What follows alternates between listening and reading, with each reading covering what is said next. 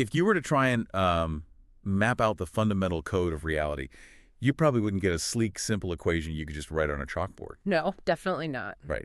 According to the sources we are looking at today, you would actually get a number so impossibly massive that it contains 53 zeros. Yeah, which is just, it's hard to even conceptualize. It really is. It is a mathematical beast known literally as the monster.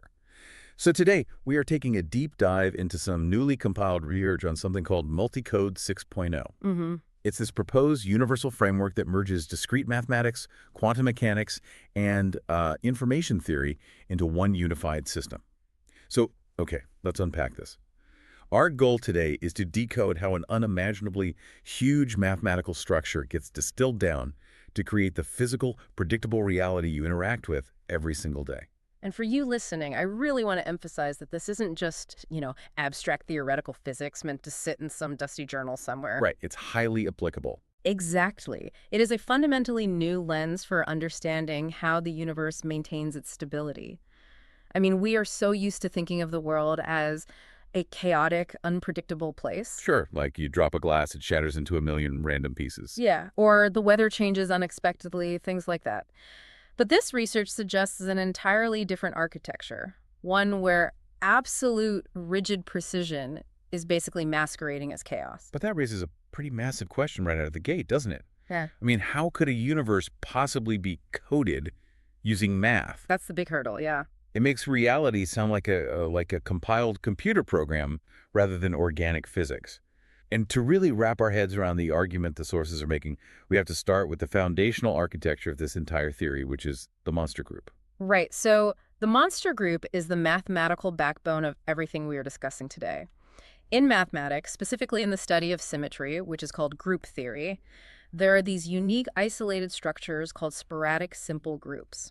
And the monster group is the absolute largest of them. Just to give you an idea of the scale we are dealing with here, it contains roughly 8.08 times 10 to the 53rd power elements. So wait, an 8 followed by over 50 zeros. Yep. That is a number so large it exceeds the number of atoms in the Earth. It does. It's staggering. It's almost impossible to conceptualize. So how does a purely theoretical math object with, that many moving parts actually connect to the physical space we live in?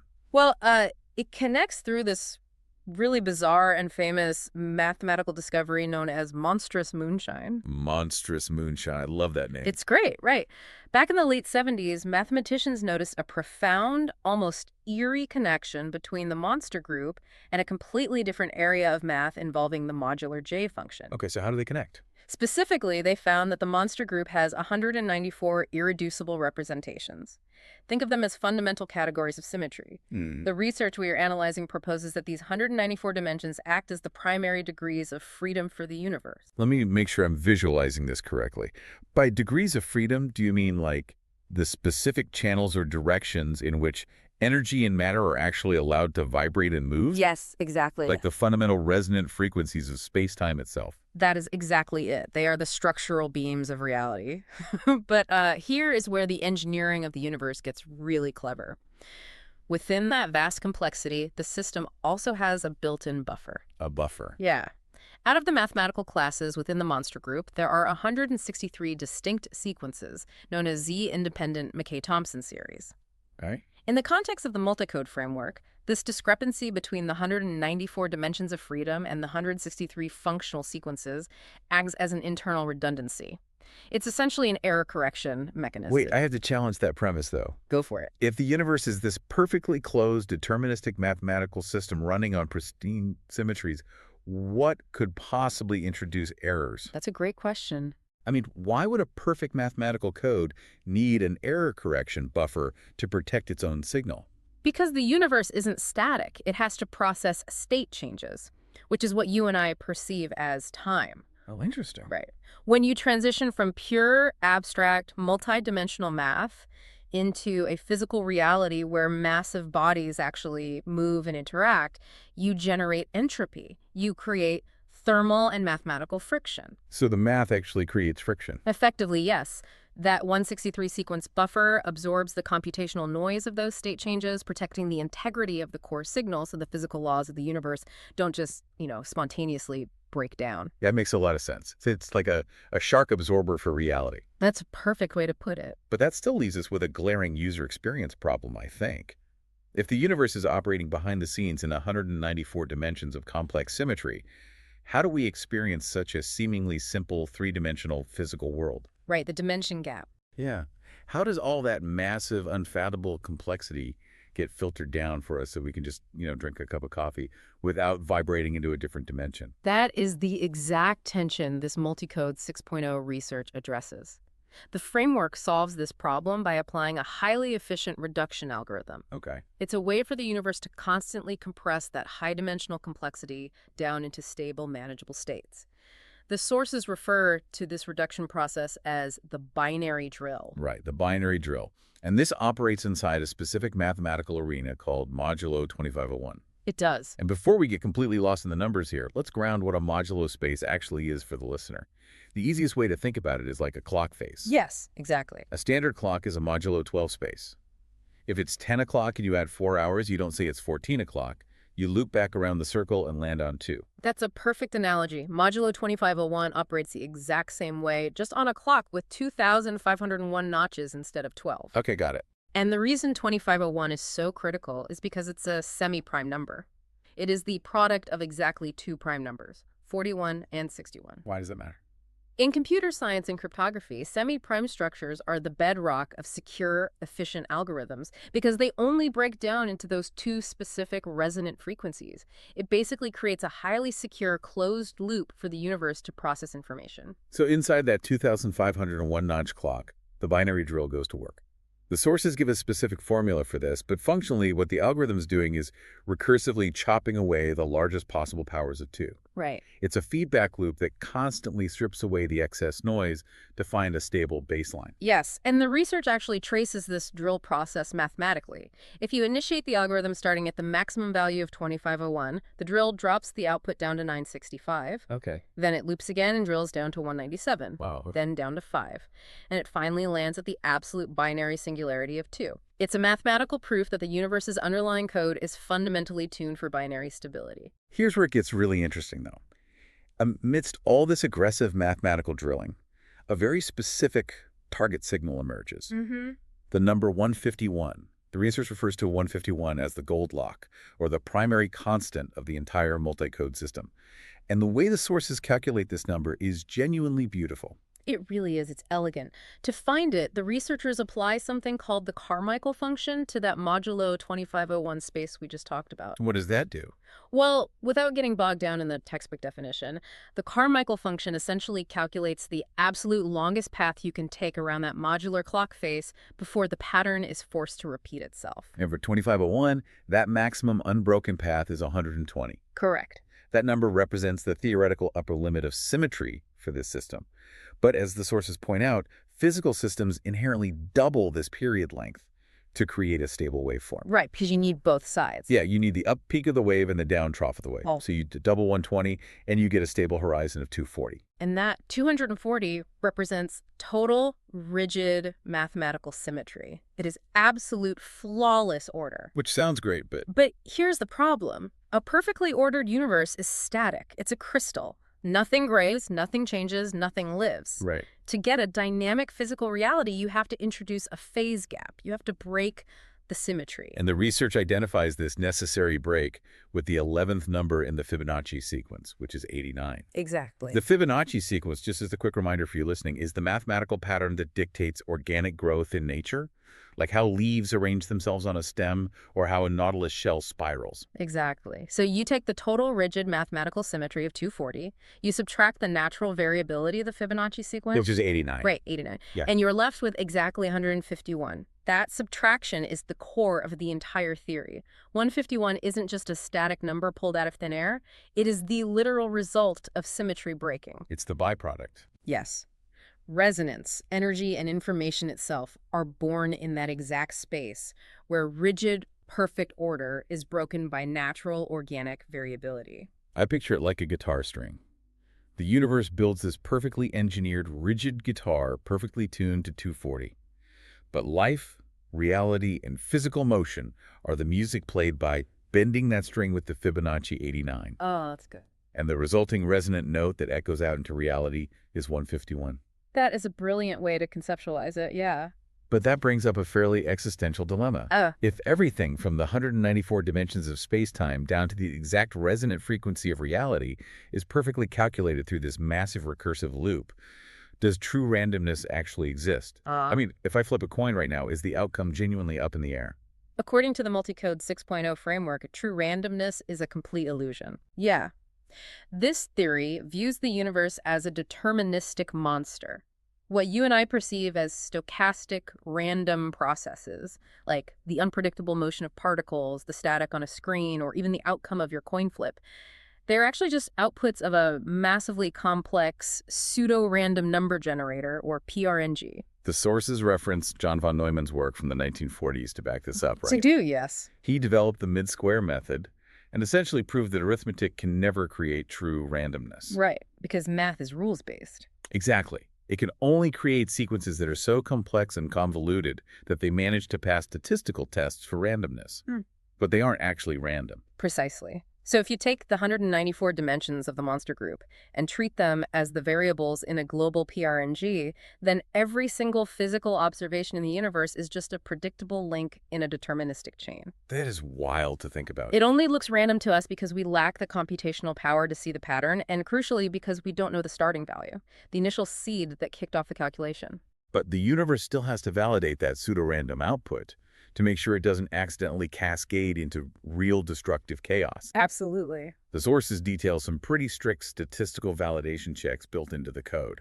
The system constantly runs tests, like the Kolmogorov-Smirnov test, which essentially scans the universe's outputs to ensure energy is distributed uniformly and no dangerous energetic hotspots are forming out of nowhere. It also constantly checks for zero autocorrelation. Which means what exactly? In simple terms, that ensures that one random event doesn't inappropriately influence the next event in the sequence unless they are tied together by a specific resonant frequency. Okay, let me see if I get this next part, because it's fascinating. To keep the math from drifting off course over billions of years, the system uses a mathematical offset. Yes, the offset. The research specifies an offset value of exactly 319. Is this essentially like the terror button on a digital scale? Does it zero out the chaotic residual math left over in the 2501 space so the universe can measure the next sequence accurately without the previous noise interfering? That is the exact mechanism. By constantly applying that 319 offset, the system forces order onto the mathematical residuals, pulling everything back into alignment. That's incredible. And what's fascinating here is the implication for your daily life. The idea that what you perceive as a completely random coincidence, a chance meeting, a sudden gust of wind, might just be highly calibrated computational resonance. Just the math working itself out. Right. It's a necessary output of a mathematical machine balancing its own equations. It certainly takes the romance out of a coincidence, Yeah, but it's an incredible engineering feat. definitely. But here's the structural problem.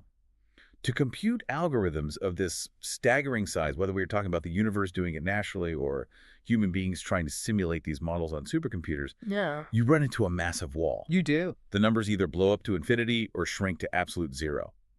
How do you keep the system from tearing itself apart? You need a mathematical governor. And this brings us to a highly debated topic in our sources, global scaling. Right, the controversy. Yeah. To process the multicode, the mathematics of scaling are an absolute requirement. But as the research highlights, there are two radically different versions of this concept competing for attention. They are very different. Very. One is rooted firmly in practical computer science, and the other is based on deeply contested metaphysics. And as always, to be completely clear to you, the listener, we are going to lay out both perspectives exactly as they appear in the research, impartially, without taking sides. Let's start with the pro perspective, which focuses on something called unit scaling. Right.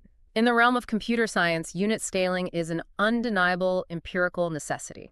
When you are training massive artificial neural networks or running calculations on modern multi-core processors, you have to stabilize the algorithms. Okay. Unit scaling ensures that all the mathematical weights and gradients are scaled to a baseline variance during the initial setup. Let's translate that. The sources mention this is especially critical when using low-precision data formats like FP16 or FP8. A low-precision format is essentially like trying to paint a highly detailed, complex landscape. using only a thick, blunt marker. Oh, that's a good comparison. You lose the fine details. If you don't scale the numbers properly, they either overflow and crash the system, or they underflow and disappear into nothing. Unit scaling stabilizes these algorithms so they can run asynchronously across thousands of processors at once. Exactly. In short, unit scaling is the hard, mathematical, and technological foundation required to actually implement Multicode 6.0 on modern hardware. It works, and it is provable. Now, on the flip side, the sources also detail the contra perspective. This is the metaphysical version of global scaling, primarily propagated by a researcher named Hartmut Miller. Yes. His philosophy suggests that the entire universe is a logarithmic fractal based on continued fractions, and that everything communicates instantaneously through this scaling wave. And this is where the fierce controversy lies in the academic community. Oh, yeah. The sources provide a rigorous list of criticisms against this metaphysical version of scaling. The primary empirical criticism is a complete lack of evidence. There are no reproducible, peer-reviewed scientific studies that confirm the effects of this global scaling communication. The sources also note that critics accuse the theory of cherry-picking data points. Essentially, critics argue that the proponents find random patterns in nature and forcefully fit those numbers into their scaling grid after the fact. Right, rather than using the grid to predict new phenomena. Exactly. And the outline provided by the sources also explicitly notes ethical and legal concerns regarding the theory's founder, including a fraud conviction, which severely damaged the theory's credibility in the academic community. Ultimately, critics argue it rejects evidence-based science in favor of unprovable claims. So what does this all mean for the framework we are discussing? Yeah, how does it fit? When we look at the synthesis of Multicode 6.0, the system relies strictly on the mathematical hardware-based necessity of unit scaling to function. It carefully separates the hard math required to keep complex networks from crashing from the heavily contested philosophical debates of the metaphysical side. Which is a vital distinction, because if this math is as rigid and universal as the multicode framework suggests, we shouldn't just be debating it philosophically, we should be seeing physical proof of it in laboratories right now, are we? We absolutely are. The most compelling part of this research is how these theories are physically manifesting in hardware and scientific discoveries from 2025 and 2026. Let's look at hardware first, specifically multi-core fiber or MCF biosensors. Okay.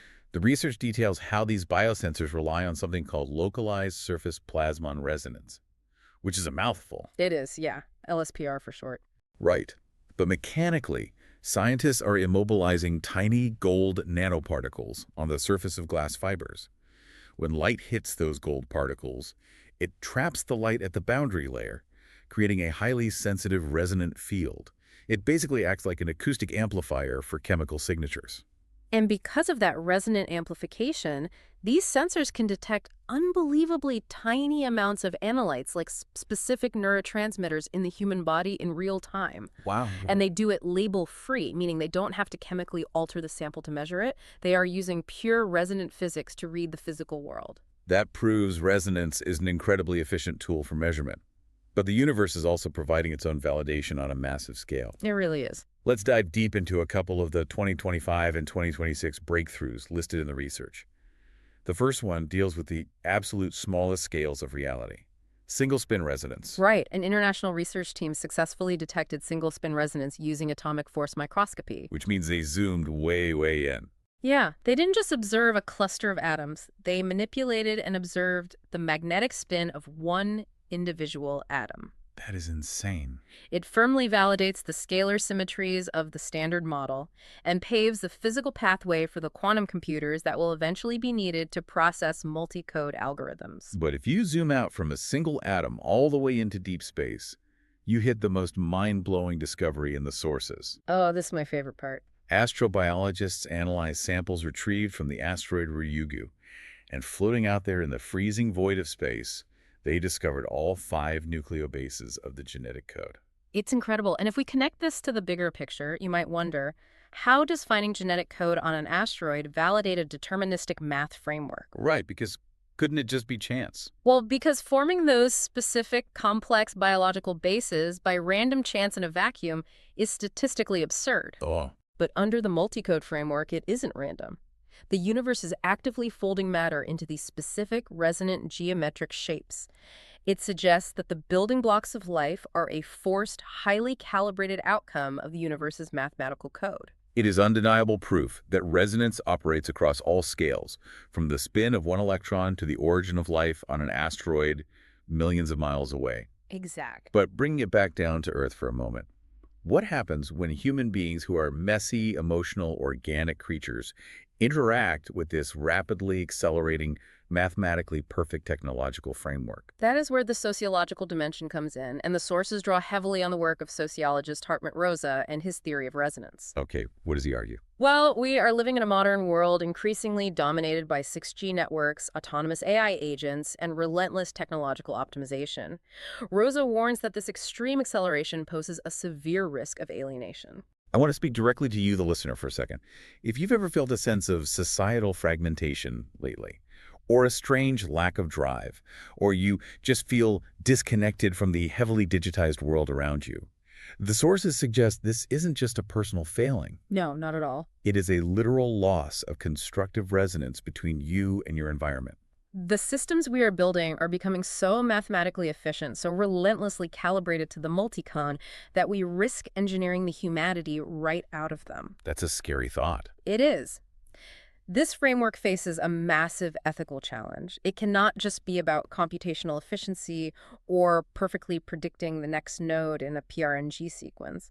It must intentionally create spaces for genuine, unoptimized human interaction. It has to account for the psychological and social frequencies of people. If we just build the rigid 240 symmetry of a perfect machine, we lose the Fibonacci 89. Exactly. We lose the organic variance. We lose the 151.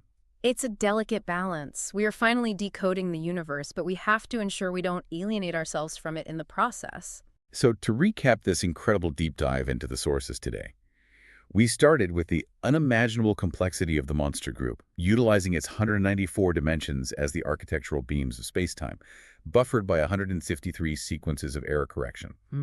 We saw how the universe uses the binary drill, recursively chopping away noise inside the modulo 2501 loop. That drill targets the dynamic value of 151, 2051, 11, the exact resonant sweet spot where rigid mathematical order collides with organic growth. All of this strongly suggests that reality isn't a chaotic mess. It is a highly calibrated deterministic system. But this raises an important question. What's that? We established earlier that, according to this mathematical framework, the universe behaves like a giant pseudo-random number generator. It outputs your reality based on a strict deterministic algorithm. Right. But a PRNG only works if it has a specific unknown starting value, a seed. If Multicode 6.0 proves that the universe is a flawless, mathematically coded machine running off an initial seed, who or what inputted that very first seed before time even began? Wow, that is the ultimate question to leave you with today. Thank you so much for joining us on this deep dive into the sources and the hidden code of reality. Keep staying curious, keep seeking out the patterns hidden in plain sight, and the next time you look around at the seemingly random, chaotic world, remember, it might just be the most perfectly calibrated machine you could ever imagine.